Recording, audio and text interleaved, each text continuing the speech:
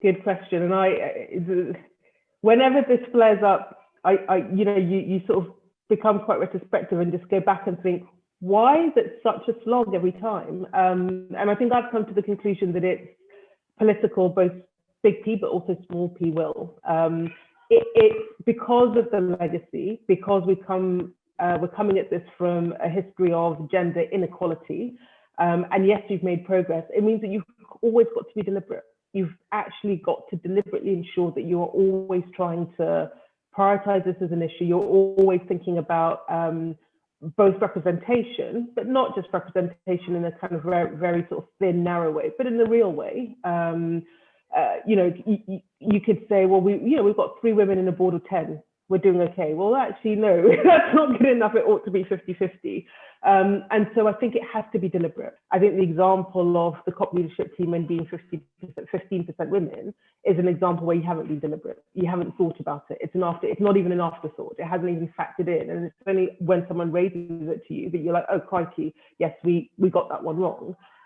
So my sense is that there are obviously things that you need to do in terms of legislation, in terms of regulation that enable it, but at every level it has to be deliberate. So the biggest barrier for gender equality, honestly, is men.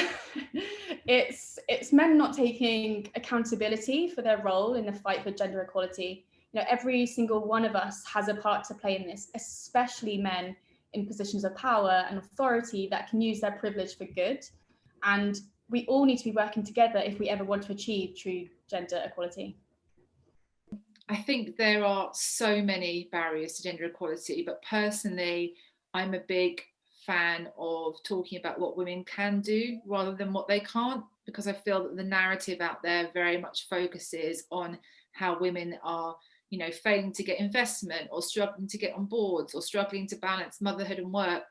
And actually, there are a lot of women who are taking their lead from women who have come before in the women's live movement and saying that we've still actually got a lot to do and that progress must still continue. So when I look at the barriers, I just think it's about knowing that at the moment we still have a long way to go, but realizing that we've come a long way and to focus on that and to say we just need to kind of continue where we're going.